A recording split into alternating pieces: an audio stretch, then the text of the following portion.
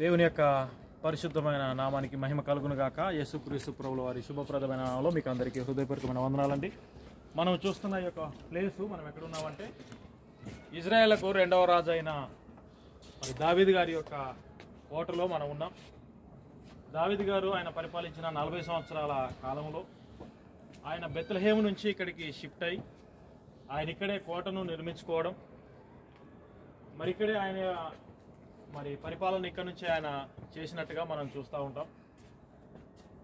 ఈ యొక్క కోటలోనే ఆయన మరి ఆయన జీవితము మరి శివరాంకం వరకు కూడా ఆయన మరి ఇక్కడే నివసించినట్టుగా కూడా మనం చూస్తూ ఉన్నాం. కనుక రాజైన దావీదు నుంచి మనం నేర్చుకోవాల్సిన చాలా విషయాలు ఉన్నాయి. ఆయన ప్రజలకు రాజే, ప్రజలందరినీ రాజ్యాన్ని శాసించగలిగిన శక్తిమంతుడు రాజు. కానీ ఆయన దేవుడి దగ్గరికి వచ్చేసరికి నేను దాసుడను అంటాడు. ఆయన ఎంత తగ్గింపు అంటే పిచ్చివాడిలాగా చేసిన సందర్భాలు ఉన్నాయి. ఆయన మరి కుమారుడు ఎదిరిస్తే కూడా ఈయన ఎదురొడ్డి నిలబడి ఆయన్ని ఓడించగలిగేంత శక్తి ఉంది, సత్తా ఉంది దావీదు గారికి. అయినా కూడా కుమారులంటే ప్రేమ వల్ల ఆయన కుమారులని ఏం అనలేకపోయాడు. అబ్షాలోము ఎదురు తిరిగితే కూడా ఆయన్ని ఏమనకుండా ఈయనే పారిపోయాడు. అది కూడా తగ్గింపుకు సాదృశ్యమే. ఎందుకంటే నిజంగానే నీ యొక్క సింహాసనానికే ఆయన మరి పోటీపడి నిన్నే దించేయడానికి చూస్తున్నాడు అని అంటే ఏ తండ్రి కూడా కుమారుని క్షమించడు. కానీ ఈ అబ్షాలోముని దావీదు క్షమించేశాడు. యోవాబు చంపేస్తానంటే వద్దన్నాడు, కానీ యోవాబు వెళ్ళి చంపేశాడు. అది మనం చూస్తూ ఉంటాం. ఇకపోతే దావీదు గారి జీవితంలో ఎన్నో సుగుణాలు. దేవుడే అన్నాడు, దావీదు నా హృదయానుసారుడైన మనుషుడు. ఎందుకంటే నా హృదయంలో ఏముందో నేను చెప్పకంటే ముందే దావీదుకు తెలిసిపోద్ది అని అంటున్నాడు. అంటే ఎంత ఒక్కటైపోయాడు దేవునితో, ఎంత కలిసిపోయాడు దావీదు గారు దేవునితో అనేది మనం ఇక్కడ చాలా ప్రాముఖ్యంగా ఆలోచించవలసిన విషయం. ఒక రాజు, దేశానికి రాజు దేవునితో సహవాసాన్ని కలిగి ఉన్నాడు, దేవుడితో ప్రార్థన జీవితాన్ని కలిగి ఉన్నాడు. దినమునకు 3 సార్లు నేను ప్రార్థన చేశాను. నువ్వు నేను ఎన్నిసార్లు ప్రార్థన చేస్తున్నాం? ఒక రాజే దేశాన్ని పరిపాలిస్తున్నాడంటే ఎన్ని టెన్షన్స్, ఎన్ని రకాల విభాగాల గురించి ఆయన ఆలోచించాలి. కానీ ఆ జనాంగాన్ని గురించి ఆలోచిస్తూ కూడా ఆయన మనందరికీ తెలుసు, ఈయన సైన్యాన్ని లెక్కించుకున్నప్పుడు మరి దేవుడు కోపగించేసి దావీదు 3 సంవత్సరాల కరువా, లేదంటే 3 నెలలు శత్రువు చేత తరమబడతావా, 3 రోజులు నా చేతిలో ఉంటావా అని అంటే దావీదు అంటాడు, అయ్యా శత్రువుల చేతిలో వద్దు, అయ్యా కరువు వద్దు, అయ్యా ప్రజలు నష్టపోతారు. ఒక రాజు ప్రజల గురించి వాళ్ళు బాగుండాలని అంటున్నాడు. తప్పు చేసింది నేను కదయ్యా, నీ చేతిలోనే పడతాను అన్నాడు. 3 రోజుల్లో సుమారుగా యెహోవా దూత వచ్చి 70,000 మందిని చంపేస్తా ఉంటే ఎక్కడుందయ్యా యెహోవా దూత అని అంటే, అయ్యా అర్నోను కళ్ళం దగ్గర ఉంది అనగానే పరిగెత్తుకొని వస్తాడండి దావీదు. ప్రజల పక్షాన దావీదు అడుగుతాడు, అయ్యా ఈ అమాయకులు ఏం చేశారు, తప్పు చేసింది నేను కదా. ఎంత తగ్గింపు జీవితం దావీదు గారిది. ఆయన ఎంత ప్రార్థన జీవితాన్ని కలిగి ఉంటే ఆ తగ్గింపు వస్తుంది మనకి. మరి ఆ దావీదు గురించి ఇన్ని సుగుణాలు కలిగి ఉన్న ఆ దావీదు బైబిల్లో ఆయన గురించి ఇంత గొప్పగా రాయించిన మరి దేవుడు తను చేసిన తప్పుల గురించి కూడా దాయలేదు. అంతకుముందు నేను ఇదే స్థలానికి వచ్చి నేను ఎక్స్ప్లెనేషన్ చేస్తుంటే కింద కామెంట్లు పెట్టారు మన సహోదరులు.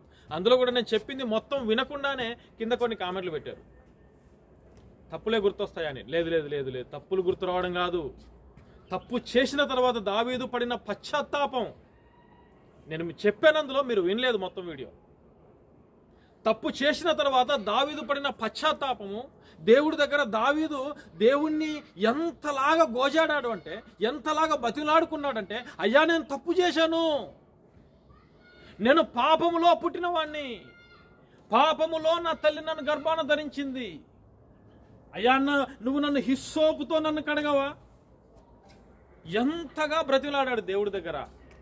ఆ తర్వాత ఆయన క్షమించబడ్డాడు అని ఆయనకు తెలిసిన తర్వాత దావీదు మరలా ఎప్పుడు తప్పు చేయలేదు తన జీవితంలో, ఎన్నడూ తప్పు చేయలేదు. ఎందుకంటే ఆయన చేసింది తప్పని తెలుసుకున్న తర్వాత ఇక ముందు ఆ తప్పు చేయకూడదని ఆయన నిశ్చయించుకున్నాడు. ఆయన దావీదు తన జీవితకాలం అంతా 23వ కీర్తన మనం చదువుకుంటాం, నా జీవితకాలం అంతయు కృపాక్షేమములే నా వెంట వచ్చును.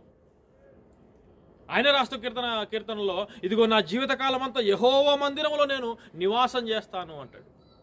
కనుక అంత గొప్ప రాజైన దావీదు గారి యొక్క గృహంలో ఈ యొక్క సాయంకాల సమయంలో మనం ఉన్నాం. చూస్తున్న మీకందరికీ హృదయపూర్వకమైన వందనాలు.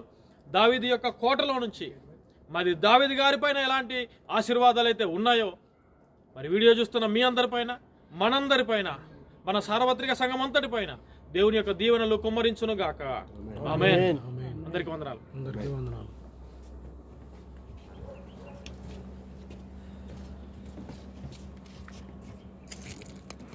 సాయంత్రం అయితే లైట్ షో ఉంటుంది, అందుకే లైట్లు గోల్కొండ కోటలో ఉంటాయి కదా, నైట్ షో బాగుంటుంది.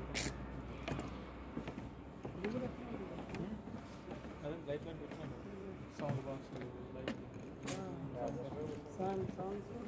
లైటింగ్ అంటే వాళ్ళు దేని గురించి ఫోకస్ చేసి చెప్తారో దానిపైన అది హైలైట్ అవుతుంది.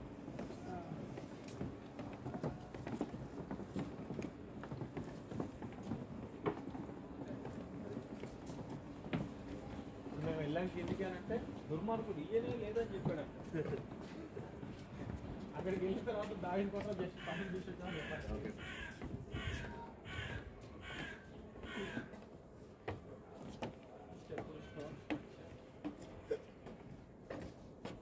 ఇలా ఉండేదని ఒక ఆకారంలో చూడండి,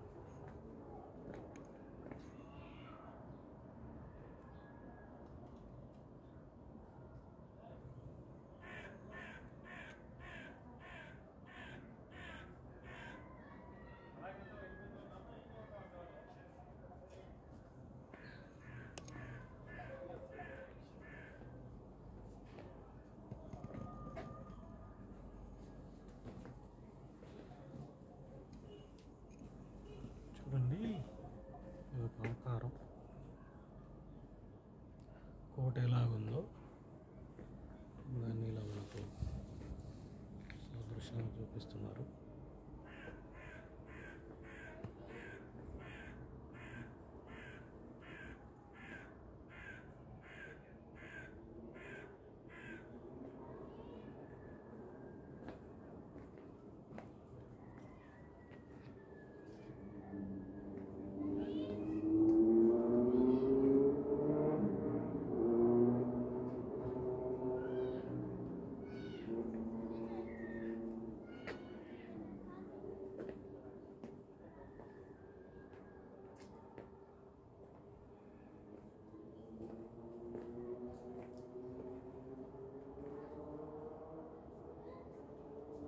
మంచి గార్డెన్.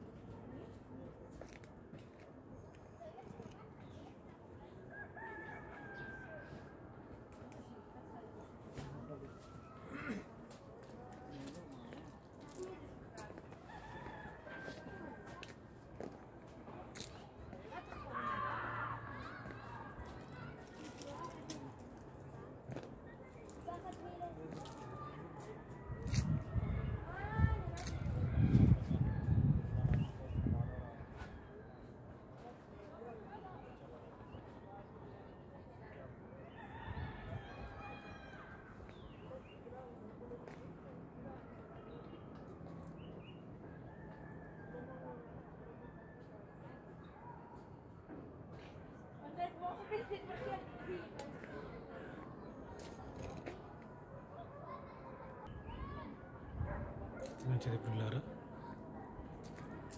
మరి మరొక వీడియోతో మళ్ళీ మీ ముందుకు వస్తాను. అందరికీ వందనాలు. మరి సర్వ శుభాలు మీకు కలుగునుగాక. ఆమేన్.